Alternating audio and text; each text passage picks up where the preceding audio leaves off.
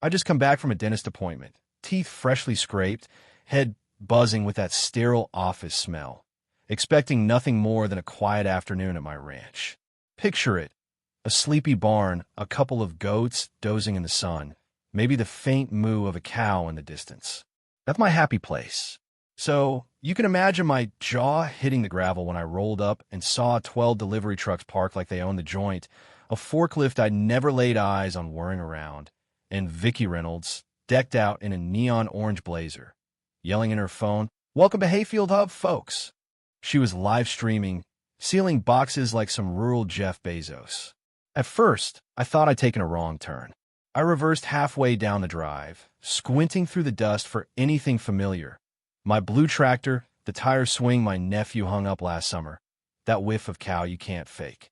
Nope, this was my land, all right, my barn, my goats. Except now my goats were rocking little hats that said Pack Savvy.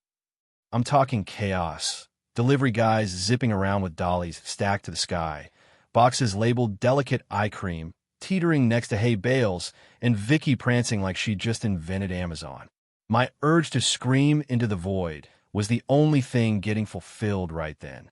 I parked my truck, climbed out slow, like a cowboy stepping into a duel, and took it all in. A delivery guy nearly ran me over with a crate of elite pet dishes, and Vicky spotted me, waving like we were old pals splitting iced tea. "Oh, you're back early," she chirped, as if I'd crashed her yoga retreat instead of catching her hijack in my barn. "Meant to text you. Figured you'd be cool with it. You barely use this place, and I got 12,000 followers now. Isn't this wild?" I stood there, dumbfounded, watching one of my goats nibble a box corner while a driver yelled about a truck blocking the hen house. "HOA approvals pending," she added, flapping a laminated sheet like it was the Declaration of Independence. "Filed a request with the subcommittee. No yet, so I took it as a yes." She giggled. I breathed deep, exhaled, breathed again, half convinced I'd hallucinated this circus. But no, this was real, and Vicki Reynolds had turned my barn into her personal shipping depot. I didn't yell. I didn't even raise my voice. Not yet. "Step outside a sec," I said, keeping it tight, but civil. Vicki twirled out with flair, clutching her permit like a trophy. I held the barn door open, waited till she was clear, then locked it with a crisp click. Silence stretched. She tilted her head. "Did you just lock it?" "Yep," I said, flat as a pancake. Her jaw flapped. "My stock's in there. Shouldn't have parked it on my land," I shrugged. She flailed, screeching about business rights and logistics, but I was done. I walked past her, climbed into my truck, and waved. "If anyone calls, I'm fishing." And that was that. 3 hours north, I hit Lake Cedar, boat bobbing, trout biting, beer chilling, eagles soaring overhead. No signal, just peace. The water slapped the hull, and I let the world melt away. Back home, though, the barn was simmering. Vicky's cardboard kingdom was collapsing without me there to babysit it. She called 82 times. 82. Sent 30 emails and plastered the HOA boards with rants accusing me of theft, sabotage, and, get this, barn piracy. I missed it all, filleting fish and humming to myself. One call did sneak through. Sheriff Hank Grayson, my dad's old buddy. I tipped him off before I left. "Vicky's crammed my barn with junk," I'd said. "Locked it and split." He'd laughed so hard I heard his coffee spill. If she files, she could tell a judge why she broke in to play warehouse. When I rolled back into town a week later, my voicemail was a war zone. Vicky sobbed in one message about vegan lip gloss melting into a Tina disaster. The HOA left too. One snippy, one hostile, demanding I stop disrupting trade. A note on my gate, scrawled in Comic Sans, screamed urgent barn access required. I ignored it, made a sandwich, and unlocked the barn. A wave of spoiled lavender oil and despair hit me. Boxes slumped, tape peeled. Goats had ditched their hats to chew them. Vicky was gone, but I knew her type. This wasn't over. It was war. Next morning, Vicky stormed back. Sunglasses huge, vengeance reeking of failed perfume, flanked by 2 guys in lime vests holding a clipboard and a drone remote. She paced, live streaming. "This is tyranny. I'm targeted for being a female mogul. Jealousy, pure and simple. The drone buzzed up, and she brandished, not a key, but a spoon, jabbing the lock like she was storming a castle. I watched from the house, coffee in hand, via security cams I'd set up after a raccoon raid.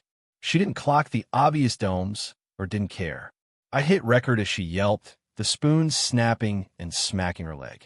By noon, the HOA called. Ellen, the secretary, sour as a lime, said, reports of a barn incident. Vicky says you're holding her goods hostage, risking spoilage. I'll show the board her break-in footage, I replied. My barn, her bootleg depot. Ellen muttered about review and hung.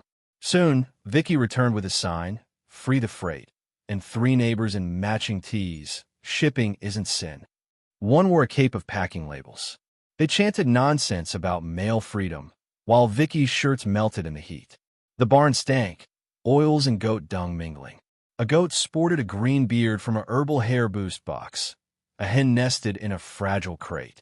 I sipped tea on the porch, watching the farce. A protester banged my door, yelling barn oppression. I offered lemonade. They sneered, clutching a sign. Deputy Miles rolled up, weary. Hostage situation? He asked, deadpan. Unless a goat's holding skincare captive, no, I said. Vicky charged over. He's seizing my assets. That barn's commercial now. Miles raised a brow. Got proof it's yours? She waved her laminated farce. He squinted. This says seems good, Greg. That's not approval. It's a maybe from a print shop clerk. It's consent, she insisted. It's vague, he shot back. He turned to me. Mind opening it? I unlocked the barn. Miles stepped into a shipping nightmare. Boxes tipped, goats bleated, hens judged. He emerged, wiping his brow. Textbook misuse of private land. And some of that stuff looks shady. Import limits in 6 languages. Vicky gasped. You're with him.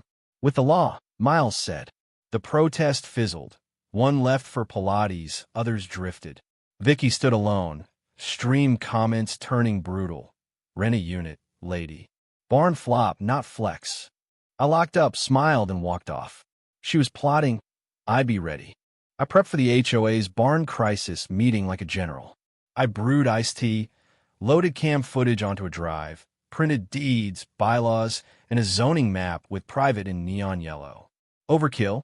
Sure, but I wanted Vicky buried. The clubhouse, a stale beige box with a buzzing coffee maker, hummed with tension. I wore jeans and a don't mess unless you're goat shirt. Vicky sat up front, navy jacket and scarf, clutching papers, probably old receipts, looking congressional. Ellen forced a grin. Paul, the president, sweated buckets. Vicky rose, voice rehearsed. This is about innovation. My barn venture boosts rural potential. She teared up, claiming I'd tanked her investor trust and mental peace. I nearly spat tea. Sheriff Hank, mid-sip, winked at me from the back, amused. My turn. I plugged in the drive. Footage rolled. Vicky hauling boxes, snapping at goats, bragging, this barn's mine to her camera. Gas hit when she said, got keys off eBay. I handed out deeds, rules, a hardware clerk's note. Vicky panic bought a lock.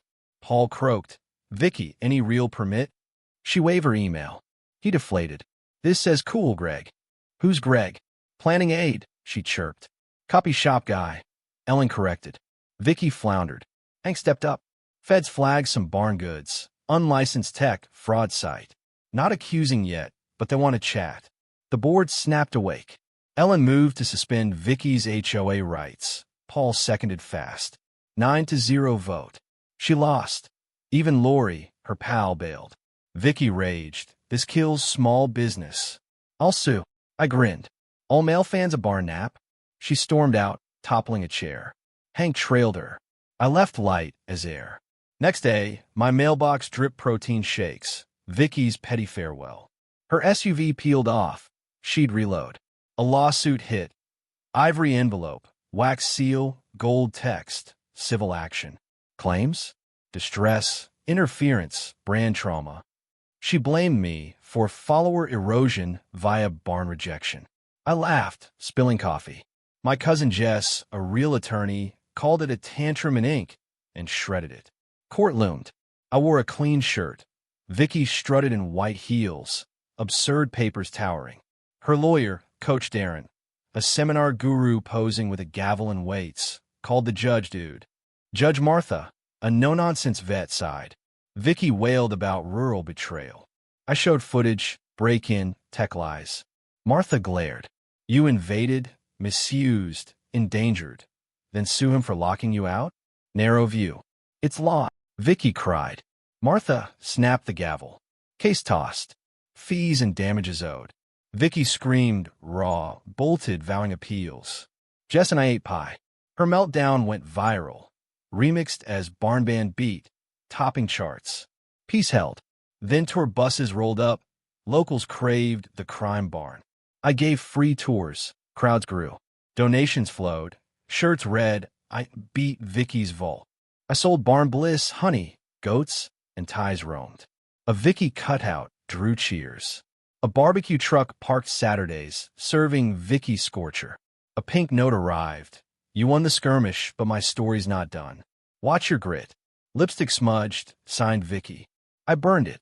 She might resurface. New scheme, new turf, but not here. My barn's locked, cams hum, goats guard, BBQ's booked. A new sign waits. Not today, Vicky. So what's the moral here?